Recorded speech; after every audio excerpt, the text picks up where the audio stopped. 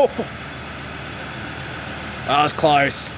That was close. Alrighty, what's up guys? For once we are not working on the S15 and giving the daily some love. Now I don't want to be spending a crazy amount of money on this thing, so I'm not changing all the suspension out. Instead, I've got these, which are just some strut spacers, which should give us like 40 to 50 mil lift in the front, I think it said. So if that's accurate, it should even it out. Maybe the front would even be the tiniest bit higher than the rear. Not really noticeable. It's not going to look like it's squatting. It's definitely going to look so much tougher just with that front end up a little bit. And you guys are probably not familiar with this place. We're over at David's house because he has a very, very useful tool which will make this a lot easier.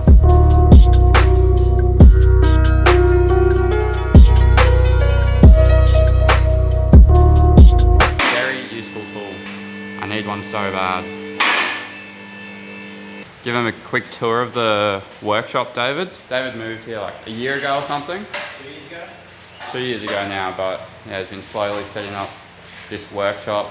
It was just underwater, just had floods, so it's still quite dirty because it was probably under like 3 inches of water. Yeah, it needs a bit of a clean up, but she still works. He's got such good lighting put in here, especially at night. You can just see everything and it's coming from different angles, so super good to work on cars in here. You might be asking why I haven't brought the S15 in here, but can't see that well, but you have to go down a very bumpy, grassy road and just, there's no chance the S15 is going to get in here, unfortunately.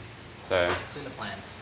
yeah, maybe one day David will be fixing that road up, but I don't want him to do it just for me. So essentially this is what we're working with. It's a 32mm spacer from ATI. It's like 80 bucks, and for some reason, although the space is 32mm, they say it lifts it by like 50mm or something at the wheel. I don't know why that is, something to do with the suspension geometry. Pretty much it's just gonna go in between the top of the strut there and bolt in. So yeah, we're gonna have to start by taking these wheels off. This is definitely gonna weigh more than T37. So this strut isn't gonna fit out just with undoing it. So this lower control arm's gonna have to drop a bit. We've disconnected the sway bar, just one link from there. And these two bolts are gonna have to come out. We've got this jack, just so it doesn't drop too far. And then this should have enough room to slide out and especially fit back in when it's taller with the spacer on there. Right. Now the fun part. There you go. Easy. I actually cannot imagine trying to have to do that on the floor. I mean, I do everything in the S15 on the floor, but it is such a luxury just having it at head height. So good. So there's the top of the strut, and you can see the spacer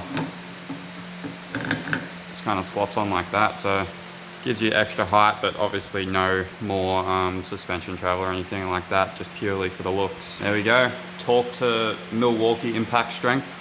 Yeah, let's chuck it back in. We'll do the other side and show you guys how it looks. Moment of truth. Dude, that is way higher in the front. That is like, is that on the ground? Yeah. That is visibly like way higher than the rear as well.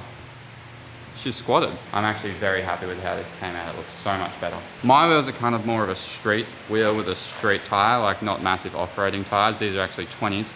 But David's got a spare 33-inch tire and rim, so we're gonna mount it just to see what it looks like. And following the theme of budget lifts while we're here, I was like, the side skirts, they just hang so much lower than the body. And they're kind of gray, like faded and not looking that good. So I took the side skirt off this side, and I reckon that just looks so much cleaner. Kind of the car is off the ground now, but just you can see the wheels, the arches more like, doesn't have that side skirt, which would usually be out in line with the wheel. So yeah, I think I'm gonna take the other one off as well. And maybe this little plastic thing, because it's not doing anything, and that'd just make it look higher in the front end as well. I don't know. I mean, it's cool. Not really my style for this car at least, because it's only ever driven on the street, but I mean, I can respect the big tire. The specs are actually pretty good on these wheels. A little bit of poke, but I don't know. For the street use. What is it? What does the people reckon? What the people choose? Yeah, let me know in the comments what you think. Meat or a more street style wheel. Anyways, I'm gonna chuck the other wheel on, other skirt is coming off, and remove this plastic thing to complete this budget lift. Literally only $80 for this entire lift. So, I mean, I think that's not too bad.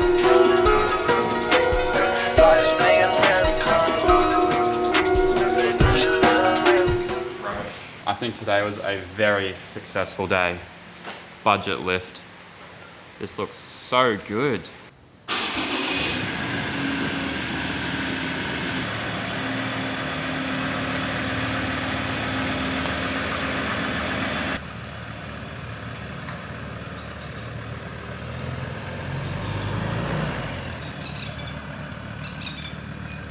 So there you have it, guys. Car is looking so much better now. Super cheap to do. Highly recommend to anyone wanting to get a bit of lift out of their ute. Back to normal scheduled content next week with the S15. Now we got the tow rig looking good. We'll actually be using this. I'm not going to say why, but yeah, we're going to be doing some driving of the S15, which should be very fun. So stay tuned for that. Once again, thank you so much for watching. If you are here, subscribe if you haven't, and I'll see you in the next one.